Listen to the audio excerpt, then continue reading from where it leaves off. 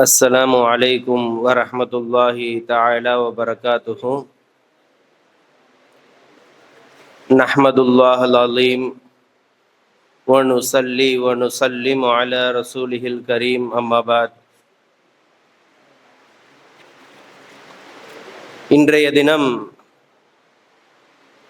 மூன்றாவது ஹலீஃபா தின்னூரைன் என்று அழைக்கப்படுகிற உஸ்மான் ரலியல்லாஹு தஆலா அன்ஹு அவர்களுடைய ஆட்சியில் நடந்த விஷயங்களை பற்றி பார்க்க இருக்கிறோம். உஸ்மான் ரலியல்லாஹு தஆலா அன்ஹு ஆட்சி பொறுப்பை ஏற்றதுதான் தாமதம், பிரச்சனைகள் எல்லாம் அப்படியே தலை தூக்கி நிற்கிது. முதல் பிரச்சனை என்ன அப்படின்னு பார்த்தா, உபைதுல்லா சிறையில் இருக்கார். யார் உபைதுல்லா? உபைதுல்லா பின் உமர். இப்போ சமீபமா ஒரு 3 நாள் தான் ஆகுது. 3 நாளுக்கு உமர் ரலியல்லாஹுடைய மறைவுக்கு பிறகு 3 நாள் தான். அதுக்குள்ள ஒரு பிரச்சனை. என்னடா பிரச்சனை அப்படின்னு பார்த்தா, உமர் ரலியல்லாஹு தஆலா அன்ஹு ஒருத்தன் கொலை செய்கிறான். தெரியும் இல்லையா? வரலாறு நீங்க கேள்விப்பட்டிருக்கீங்க. நம்ம நேற்று சொல்லல, வெறும் போர் அந்த மாதிரி பார்த்துட்டு போறதுனால நம்ம அதை இது சொல்லல.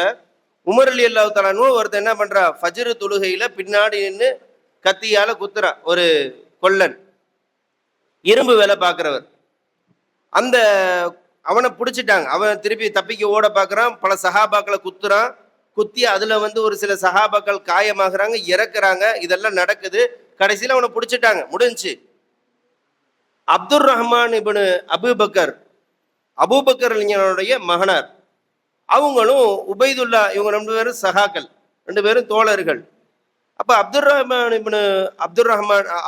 இப்னு அபூபக்கர் ரலியல்லாஹு தஆலா அன்ஹு சொல்றாங்க, இவனை தூண்டி விட்டது ஒரு ஆளு. இவனை அந்த கொலை செய்ய வந்தானா இல்லையா, அவனை தூண்டி விட்டு திட்டம் போட்டு கொடுத்தது ஒரு ஆள். யாரு அப்படின்னு பார்த்தா, ஹுர்முசான் அப்படின்றவன். யார் அந்த ஹுர்முசான் அப்படின்னா, நேற்றைய தினம் நம்ம பார்த்தோம், பாரசீக அந்த மக்களை மிகப்பெரிய படையை எதிர்த்து நின்று சஹாபாக்கள் ஜெயிக்கிறாங்க.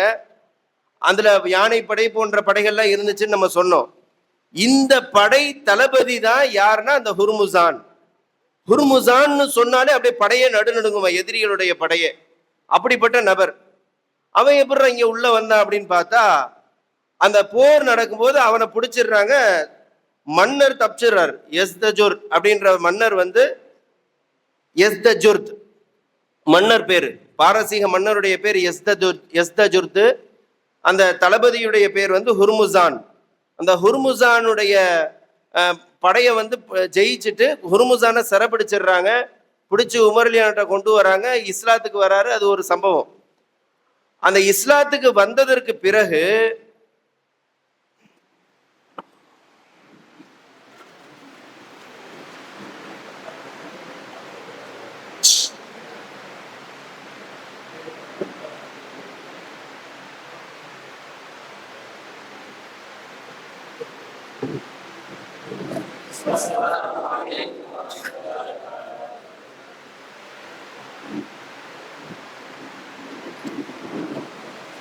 இஸ்லாத்துக்கு வந்துட்டாலும் அந்த மனசுல ஒரு நெருடல், பயங்கரமான ஜாம்பவான் மாதிரி.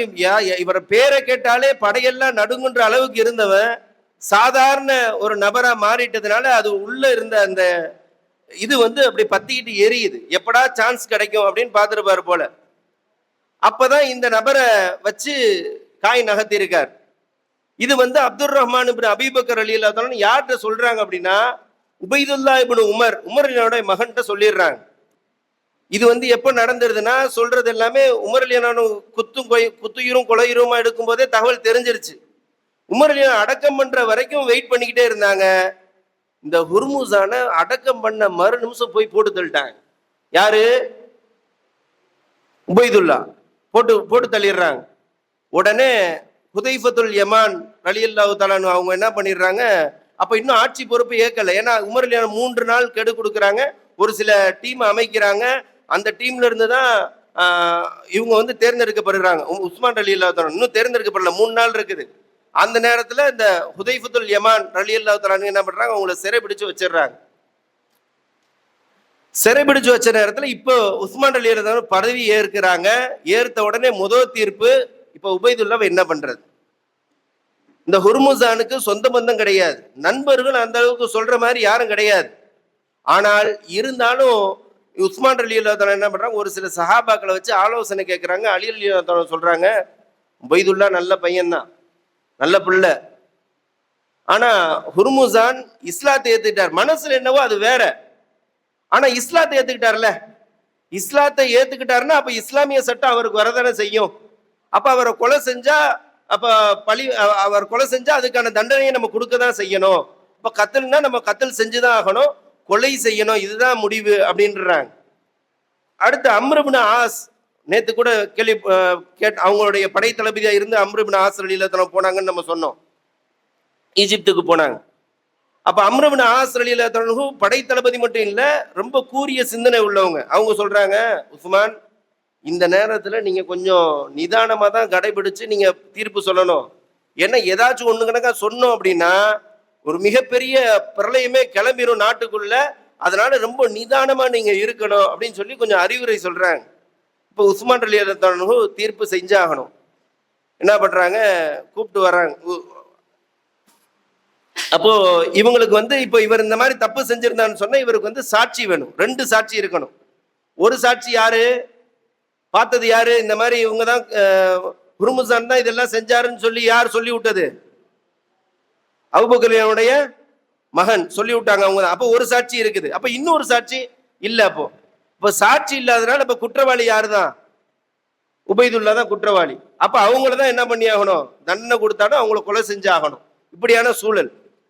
இவங்க சொல்றாங்க, அப்போ இன்னொரு இஸ்லாத்துல இன்னொரு சட்டம் இருக்குது. என்ன அப்படின்னா, எந்த நபர் கொலை செய்யப்படுறாரோ அந்த கொலை செய்யப்பட்ட குடும்பத்தார்கள் எதை கேட்கிறாங்களோ அதை தான் செய்யணும்.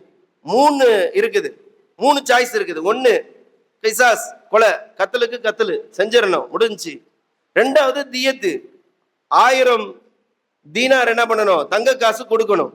3வது அஃபு. இந்த 3ல அவங்க குடும்பத்தார்கள் எதை விரும்புறாங்களோ அதை செய்யலாம் இல்லையா? இப்ப குடும்பத்தார்கள் யாரும் இல்லை. பாருங்க இஸ்லாம் எந்த அளவிற்கு நீதமா நடந்திருக்கு அப்படின்னா, அந்த ஹுர்முசான் செத்ததை கேட்கறது கூட ஆள் இல்ல. இந்த உபைதுல்லான்றவங்க பல காலமா சஹாபாக்கள் கூட இருந்த நபர், உமர் அலியுடைய மகனா, அத்தனை காலம் ஆட்சி செஞ்ச உமர் அலியுடைய மகன் சிறையில பிடிச்சு போடுறாங்க. அந்த அளவுக்கு நீதமான ஆட்சி நடக்கிறதுன்றதுக்கு இதை விட மிகப்பெரிய உதாரணம் நமக்கு தேவையில்லை. அப்போ 3வது இதை எடுக்க முடியாது. முதல் 2 ஆப்ஷன் தான். இப்ப இந்த 2 ஆப்ஷன் யாரு செஞ்சாகணும் அப்படின்னா ஹலீஃபா தான் தேர்ந்தெடுத்தாகணும். இப்ப ஹலீஃபா சொல்லிட்டாங்க, உஸ்மான் ரலியல்லாஹு அன்ஹு 1000 தீனார் நீங்க கொடுத்தா உங்களை விட்டுறலாம் அப்படின்றாங்க. 5 தீனார் கூட வழி இல்லை. யார்கிட்ட? உமர் ரலியல்லாஹு அப்படில வாழ்ந்தாங்க. ஓட்டை ஜிப்பாவை போட்டுட்டு தான் போய் அந்த பாரசீக அந்த இதை கோட்டையே வாங்கினாங்க. அப்படி வாழ்ந்தவங்க உமர் ரலியல்லாஹு அன்ஹு 5 தீனார் கூட வழி இல்லை. நேரா உஸ்மான் ரலியல்லாஹு போறாங்க, தன்னுடைய வீட்டுக்கு போறாங்க, 1000 தீனார் எடுத்துட்டு வந்து உபைதுல்லா கையில ஒப்படைக்கிறாங்க. இதை என்ன பண்ணணும், இவங்க வந்து அந்த குடும்பத்தாருக்கு கொடுக்கணும். குடும்பத்தார் யாரும் இல்லை. அப்ப ஹசானால போய் போடுங்க, இஸ்லாமிய அந்த ஹசானால போய் போடுங்க. அந்த 1000 தீனார் அப்படியே ஹசானாவுக்கு வருது. இப்படியான ஒரு தீர்ப்பை சொல்றாங்க. மக்கள் இந்த இடத்துல இருந்து உஸ்மான் ரலியல்லாஹு அன்ஹு ஸ்டடியாக ஆரம்பிக்கிறாங்க. முதல் தீர்ப்பு இப்படி ஆன உடனே மக்கள் மத்தியில மிகப்பெரிய வரவேற்பு, உஸ்மான் ரலியல்லாஹு அன்ஹு அவர்களுக்கு மிகப்பெரிய வரவேற்பு வருது. அடுத்து பார்த்தோம்னா உள்ளுக்குள்ள இருந்து நிறைய கலகங்கள் வெடிக்குது. என்னன்னா, ஹமதான் அப்படின்ற இடத்துல ஒரு கலகம். அந்த ஹமதான்ற இடம் வந்து ரோம் தேசத்துக்கு சொந்தமானது. அந்த ரோம் தேசத்தை நம்ம பிடிச்சதுனால அங்க உள்ள மக்கள் வந்து பிடிக்காம என்ன பண்றாங்க, கலகங்கள் செய்ய ஆரம்பிக்கிறாங்க. உடனே கலகத்துக்கு என்ன பண்றாங்க, அபு மூசல் அஷாரி அப்படின்ற சஹாபி அப்படின்ற தாபியை அனுப்பி என்ன பண்றாங்க, அவங்கள தளபதியை அனுப்பி அந்த இடத்த சரி பண்றாங்க. அடுத்து ஈஜிப்துல ஒரு கலகம் ஏற்படுது. இப்படியே ஒவ்வொரு இடத்துலையும் கலகங்கள் வெடிக்குது. வெடிக்கிற இடத்துக்குலாம் ஆள் அனுப்பி என்ன பண்றாங்க, சரி பண்ணிக்கிட்டே இருக்காங்க. அந்த எஸ்தஜுர்து சொன்னோமே, இந்த மன்னர், பாரசீகத்தினுடைய மன்னர், அவன் பிடிபடல, அவன் தப்பிச்சு ஓடிட்டான். அவன் என்ன பண்ணிருக்கான், பல நாட்டுல இவனுக்கு செல்வங்களை பதுக்கி வச்சிருக்கான். இப்ப போய் தப்பிச்ச எஸ்தஜுர்து என்ன பண்றான், பல நாட்டுல இருக்க தன்னுடைய செல்வங்களை எல்லாம் திரட்டி ஆளுங்களை எல்லாம் சேர்த்து மிகப்பெரிய படையை கூட்டு வர்றான். ஏன்னா உமர் என்று சொன்ன உடனே ஒரு பயம் இருக்கும் மக்களுக்கு, அந்த எதிரிகள் படைகளுக்கு. இப்போ உமர் தான் இல்லையே, அப்ப ஜெயிச்சிடலாம் அப்படின்னு சொல்லிட்டு என்ன பண்றாரு, ஒரு படையை திரட்டிட்டு வர்றாரு. அவருக்கு தெரியல இங்க இருக்கிறது யார் அப்படின்ட்டு. உஸ்மான் ரலியல்லாஹு அங்களுக்கும் ஒரு படையை அனுப்புறாங்க. எஸ்தஜுர்த விரட்டி அனுப்புனா அங்கேயும் அவரு நிக்க முடியல, ஆளு தோத்துடுறார். தோத்துட்டு ஆளை பிடிக்க முடியல, தப்பிச்சு ஓடிடுறார். அவர் மரணிச்ச சம்பவம் வந்து ரொம்ப ஆச்சரியமானது. அதுக்குள்ள அடுத்த போருக்கு போயிடலாம், நேரம் கம்மியா இருக்குது. இன்ஷால்லா இந்த இந்த இந்த போரோட நான் முடிச்சிடறேன் இன்ஷால்லா. அடுத்து ரோம் தேசம், திருப்பொலி அப்படின்ற ஒரு இடத்த வந்து பிடிக்கணும். அந்த இடம் வந்து ரோம் தேசத்தினுடைய மிகப்பெரிய தலைநகரம். இப்ப கூட திருப்பொலி அப்படின்னு சொல்லிட்டு இருக்குது. அந்த தலைநகரத்தை வந்து அடுத்ததாக பிடிக்க போறாங்க. உஸ்மான் ரலியல்லாஹு தலைமையில பிடிக்க போறாங்க.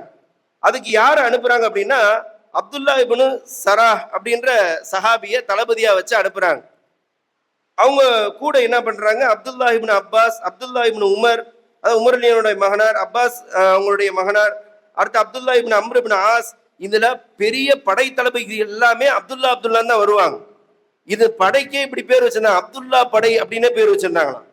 எல்லா படை தளபதிகளும் அப்துல்லான்னு பேர் வச்சிருப்பாங்க. அப்துல்லா இப்னு சுபைர் அவங்க தலைமையிலையும் ஒரு பெரிய டீம் அனுப்பி, தளபதிகளை அனுப்பி அதை ஜெயிக்கிறதுக்காக அனுப்பி வைக்கிறாங்க. அங்க போனா அங்க மிகப்பெரிய ஒரு ரோம் தேசத்தினுடைய தளபதி, அது யாருன்னா ஜர்ஜசீர் அப்படின்னு சொல்லிட்டு ஒரு ஆள். இவர் என்னன்னா, நம்ம இத்தனை படை தளபதி சேர்த்தீங்களே, இவ்வளவு பேர் நான் வாசிச்சேனே, இது எல்லாத்தையும் சேர்த்தா மொத்தமே எவ்வளவு பேர் வருதுன்னா 25,000 தான் வருது. மொத்தமே எத்தனை பேரு? 25,000 பேர். எதிரிகள் அந்த ஜர்ஜசீரு கீழே எத்தனை பேர் இருக்காங்கன்னா 1.5 லட்சம் பேர், 1,50,000 பேர் ஜர்ஜசீரு கீழே இருக்காங்க. இந்த தளபதிகளுக்கு எல்லாத்தையும் சேர்த்து, அவங்க படை எல்லாத்தையும் சேர்த்தா மொத்தமே 25,000 பேர் தான் போறாங்க. படையை சரி சந்திச்சிருவோம் அப்படின்னு போறாங்க. போனா அங்க ஜர்ஜசீர் என்ன பண்ணி வச்சிருக்கான், மிகப்பெரிய திட்டங்கள்லாம் தீட்டி வச்சிருக்கான். மக்களுக்கு மத்தியில் இது ரோம் மிகப்பெரிய தலைநகரம், இது போச்சுன்னா நம்மளுடைய நாடே போயிடும் அப்படி இப்படின்னு சொல்லி என்ன பண்றான், சண்டை போட விடுறான் மக்களை. அப்படி போய் சண்டை போடுறாங்க. போனா 4-5 நாள் போர் நீடிக்குது. வெற்றி கிடைச்ச மாதிரி இல்லை. திருப்பி என்ன பண்றாரு, ஒரு அறிவிப்பு செய்யறார், பயங்கரமான அறிவிப்பு. என்னன்னா, யாரு போய் அந்த அப்துல்லா இப்னு சராஹ், அவர் தானே தளபதி, அவரை தலையை யாரு வெட்டுறீங்களோ அவங்களுக்கு 1 லட்சம் தீனார். ரெண்டாவது ஒரு மிகப்பெரிய ஆச்சரியமான ஒரு பரிசு என்னன்னா, என்னுடைய மகள், ஜர்ஜசீர் சொல்றாரு, என்னுடைய மகள், இந்த ஊர் நாட்டிலே என் மகள் தான் அழகுன்னு உங்களுக்கு நல்லா தெரியும். மகளையும் நான் கூட்டிட்டு தான் வந்திருக்கேன். போருக்கு மனைவி பிள்ளைங்களோட தான் வந்திருக்காரு. என் மகளையும் நான் கூட்டிட்டு வந்திருக்கிறேன். இருக்குதுல இதா பாருங்க, என் மக எவ்வளவு அழகா இருக்கா, இவளையும் நான் கல்யாணம் முடிச்சு வைக்கிறேன்றார். அவங்களுக்கா இருக்கிற போர் வீரர்கள்லாம் சும்மாவே அப்படி போர் செய்வாங்க. இப்ப எக்ஸ்ட்ரா 1 லட்சம் தீனார் கிடைக்குது, கல்யாணம் வேற பண்ணி வைக்கிறாருன்னொடனே பயங்கரமா இறங்க ஆரம்பிச்சோம். 1.5 லட்சம் பேரு, அங்க வெறும் 25,000 பேரு. பார்த்தா போர் நடந்துகிட்டே இருக்குது. அந்த பக்கம் இவங்க என்ன பண்ண ஆரம்பிச்சிட்டாங்க, அப்போ அப்துல்லா இப்னு சராஹை நம்ம என்ன பண்ணி வச்சிருவோம், கொஞ்சம் ஒளிச்சு வச்சிருவோம் அப்படின்னு சொல்லி சஹாபாக்கள் திட்டமிடுறாங்க. அப்துல்லா இப்னு சுபைர், ஏற்கனவே அவங்களை பத்தி நம்ம சொல்லியிருக்கோம் ஆரம்பத்துல, பின்னாடி அவங்க வந்து இதுல வருவாங்க. அப்துல்லா இப்னு சுபைர் ரலியல்லாஹு தஆலா அன்ஹு வந்து என்ன பண்றாங்க, ஒரு அழகான திட்டம் போடுறாங்க. அவங்கள அப்துல்லா இப்னு சராஹ குடிசல்ல உட்கார வச்சுட்டு, குடில்ல உட்கார வச்சுட்டு இவங்க என்ன பண்றாங்க, படைய கிளப்புறாங்க. இவங்க சொல்றாங்க, இப்போ நீங்க எல்லாம், இப்போ அவன் சொன்னான்ல, அதோட மிகப்பெரிய அறிவிப்பு, யாராச்சும் போய் அந்த ஜர்ஜசீரை போய் வெற்றி கொண்டீங்க அப்படின்னா அந்த 1 லட்சம் தீனார் நான் அரசு ஹசானால இருந்து உங்களுக்கு தர்றேன், அந்த பெண்ணை நான் உங்களுக்கு திருமணம் முடிச்சு வைக்கிறேன்றாங்க. அப்படியும் போர் நடக்குது. 2-3 நாள் வெற்றி கிடைக்கல. அடுத்து இது தெரிஞ்ச அவன் என்ன பண்ணா, கடைசி இருக்குதுல கடைசி குடியில போய் ஒளிஞ்சுக்கிட்டான். அவனை கொல்லணுமே, அப்ப கடைசி இருக்குதுல கடைசியில போய் உட்காந்துக்கிட்டாவன். இப்போ அப்துல்லா இப்னு சுபைர் ரலியல்லாஹு தஆலா ஒரு அழகான திட்டத்திட்டாங்க. இங்க வாங்க, எல்லா தளபதியும் கூப்பிடுறாங்க. கூப்பிட்டு எல்லாரும் அவங்க குடிசைக்கு போயிருங்க, நீங்க யாரும் வரக்கூடாது, எல்லாரும் பாதுகாப்பா இருங்க. போர் வீரர்களை கூப்பிட்டாங்க. நீங்க எல்லாம் தளபதி இருந்தா தான் சண்டை போடுவீங்களா, போய் சண்டை போடுங்க போங்க அப்படின்னு சொல்லி அனுப்பி விட்டுறாங்க. இவங்களும் முடியாம, பயங்கரமான வெயில், அந்த பக்கம் பயங்கரமான வெயில், சண்டை போடுறாங்க, முடியல இவங்களால. போய்கிட்டே இருக்கு, போர் அதிகமாகிக்கிட்டே தான் இருக்க தவிர முடியல. ஒரு சமயத்துல அப்படியே வெயில் அது இதுக்கும் களைச்சிடுறாங்க. களைச்சதுக்கு அப்புறம் இப்ப அப்துல்லா இப்னு சுபைர் என்ன பண்றாங்க, எல்லா தளபதியும் கூப்பிடுறாங்க, இங்க வாங்க. கூப்பிட்டு எல்லாரும் அவங்கவுங்களுடைய போர் இதுக்கு எல்லாரும் போயிருங்க அப்படின்ட்டாங்க. குதிரையில வேகமா அவங்கவுங்க போருக்கு மக்களுக்கு மத்தியில போயிடுறாங்க. போனா இவங்க வர்றதை பார்த்த உடனே போர் வீரர்களுக்கு மிகப்பெரிய உற்சாகம். அப்படி காலையில போர் செய்யற மாதிரி பயங்கரமா திருப்பி ஃபர்ஸ்ட்ல இருந்து போர் செய்ய ஆரம்பிக்கிறாங்க. போர் செய்து கடைசியில அப்துல்லா இப்னு சுபைர் ரலியல்லாஹு தஆலா அந்த ஜர்ஜசீர்ன்றவனை கொலை செய்து அந்த மிகப்பெரிய ரோம் தேசத்தையே வெற்றி கொள்றாங்க. இன்ஷா அல்லாஹ் வரக்கூடிய நாளில் நாளை இன்ஷா அல்லாஹ் உஸ்மான் ரலியல்லாஹு தஆலா அன்ஹு அவருடைய காலத்தில் 12 வருடங்கள் ஆட்சி செய்கிறார்கள். அதிலே 6 வருடங்கள் நல்ல நிம்மதியான ஆட்சி நடக்கிறது. அதுக்கடுத்த 6 வருடங்கள் மிக சோகமான துக்கமான சூழ்நிலை ஏற்படுகிறது. அதை சுருக்கமாக நாளை பார்த்து இன்ஷா அல்லாஹ் அடுத்த தலைப்புக்கு சென்று விடலாம். அஸ்ஸலாமு அலைக்கும் வரஹ்மத்துல்லாஹி தஆலா வபரகாத்துஹு.